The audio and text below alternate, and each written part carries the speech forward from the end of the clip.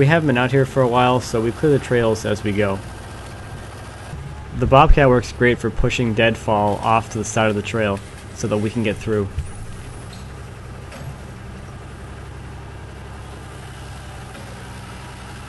Not that far and we came across this cherry tree that had uprooted itself just near the trail.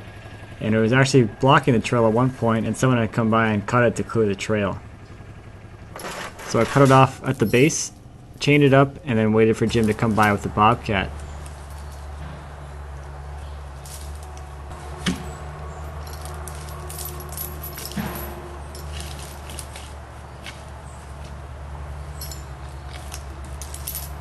Now there was a little bit of debris there in his way as he was coming through, so I quickly got in there and cleared some of that out of the way. Ultimately we decided to actually drag it from the other side of the log, so I had to change the chain to the other side.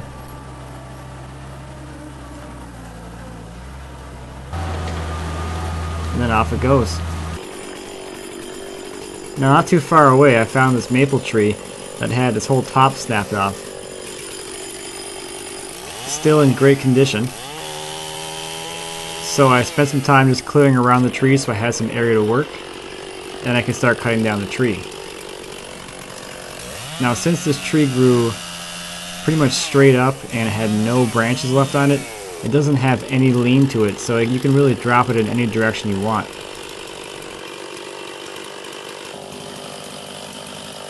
So here I'm just sighting the saw so I make sure that I don't hit my camera, and I'll make my notch.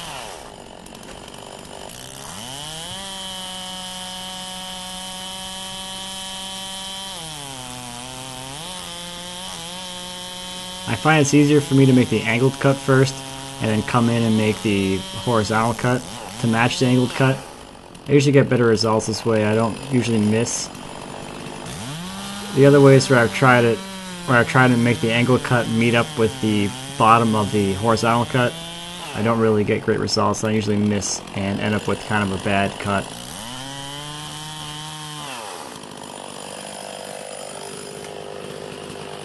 So now I can start my back cut. Here I need to be pretty careful since this tree doesn't really have any lean and it could come back in the wrong direction. So it could come back towards me and bind up my saw. So as soon as I get enough distance into the cut, I throw a wedge into the curve.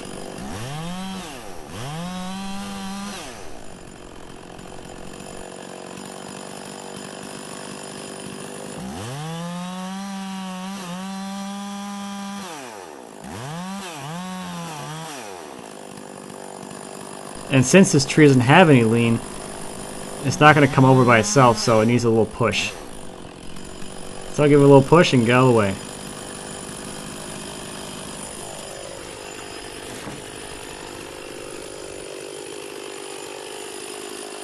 Now I just clean up the top. Since the top was snapped off, I just removed all that damaged area. And we're still left with a pretty long log. I think this is probably about 16 feet.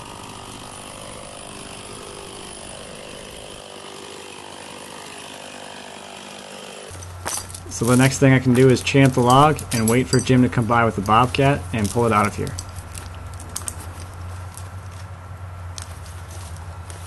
Oh, and here he is now.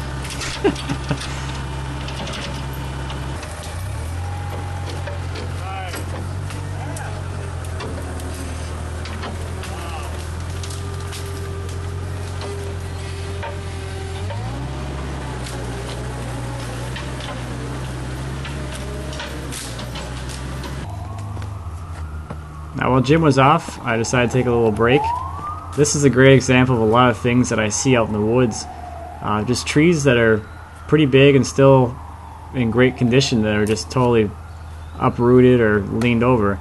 You'll see the tree that I'm walking on right now is actually a red oak that must have fallen over in a storm, and it's leaning up against a poplar tree which actually has the top broken off. So there's still plenty of wood in this area that we could pull out at some point. Trees like this, when they're really falling over like this and they're up in some other trees, it takes a lot of time to get them down, so this wasn't something that we felt like taking on today. So here's the next thing I came across. This is a cherry tree that has top blown off probably a while ago, and just been kind of sitting here rotting for a bit. So who knows if there's anything good in this tree still, but I'll cut it down and we'll take a look. As I'm cutting it, it's going pretty well, but here it really starts speeding up, so I know this tree is probably hollow.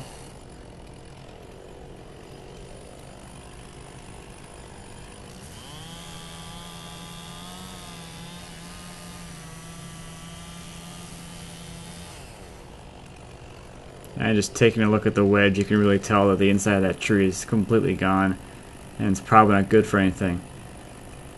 But what I've learned is what's at the base isn't always what's at the top, so I'll cut it down and we'll take a look and see if there's anything usable in this tree anymore. So towards the top it looks a little solid, so I'll make a quick cut here just to take a look and see if there's anything usable here. And this is cutting a lot slower or a lot harder, so I can tell that this is still pretty solid. And yeah, there's one section of log right there that's still good for something, so that'll make a few good boards. The bottom section is just too far gone at this point. Now, after all the trees are cut and all the logs are dragged out to the clearing, we can hook them up to the log arch and pull them back up towards the house.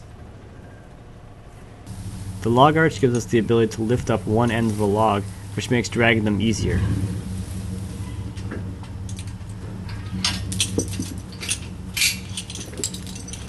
On the front of the arch is a winch, and that allows us to pick up the logs and chain them to the hooks on the back of the log arch.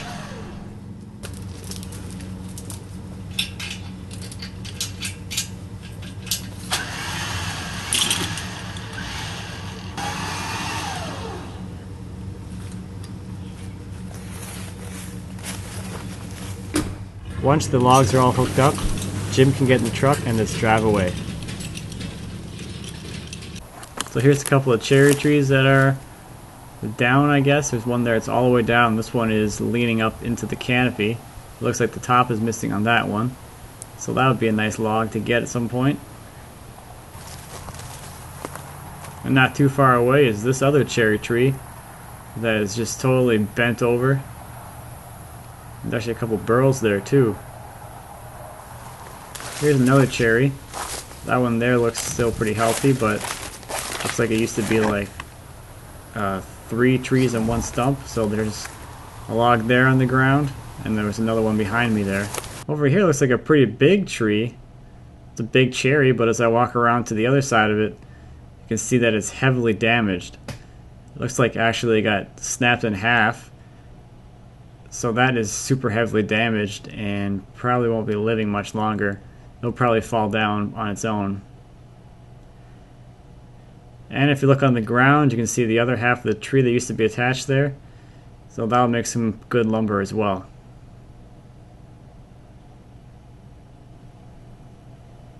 And there is another cherry tree that is just totally bent over. That's a weird looking tree. But this is a good sized tree right here. That'll make some pretty big boards. So those trees that I just showed you are pretty far back into the woods here, and dragging logs that far with the Bobcat is just a really slow process. So it'd be really great if we can get the log arch down here with the truck and just pick up the logs directly from back here. So instead of cutting any more wood that day, we went out and basically just widened the existing trails just so that basically so you can get a whole pickup truck down into the woods and be right by where the logs are. That'll save a lot of time. It'll make it a lot easier to basically grab all those logs, and there's a lot of them back here. The last thing that I'll do before heading home is empty and refill the kiln. This is a very simple kiln that Jim built. The front side has an angled clear plastic roof which lets sunlight in. The inside of the kiln is painted black to absorb as much heat from the sun as possible. There is a baffle inside with fans that circulate air through the stacks of lumber. The tarps hanging from the baffle make sure the air goes through the stacks and not around it.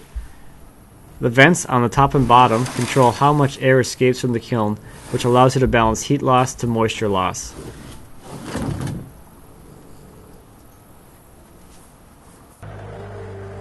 With a Bobcat and the forks, I'll pull out the first pallet of wood.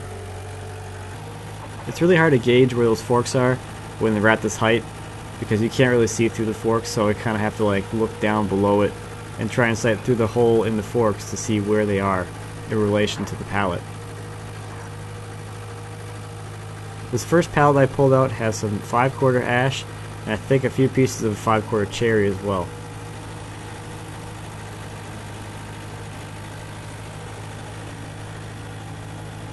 So I'll load that into my truck, and then I can pull out the next pallet of wood.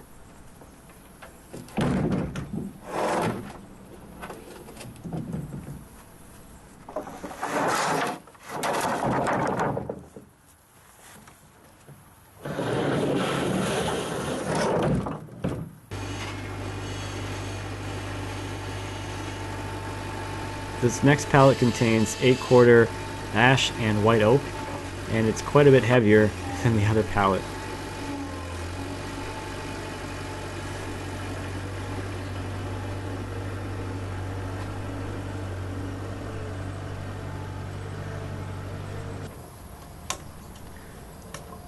On top of the pallets we place these 2x4 beams, and we use ratchet straps to secure them to the bottom of the pallet. This provides downward pressure, which helps to keep the boards flat while they're drying. So I'll remove those and start loading it up. The first boards here on the top are actually a couple pieces of 8/4 cherry. I'll just set those off to the side for now, and then I can start loading up the ash.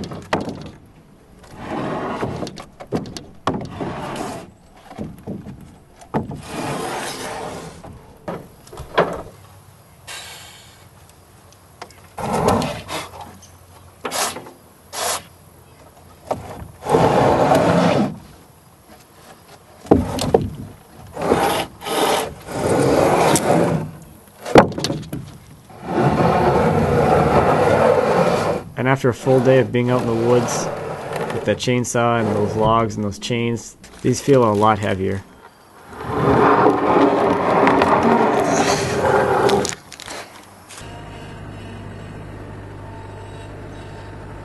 And then the last thing I'll do is put a new load of lumber into the kiln. This pallet contains 5/4 and 8/4 cherry. So with the Bobcat, I can easily just set that stack right in there.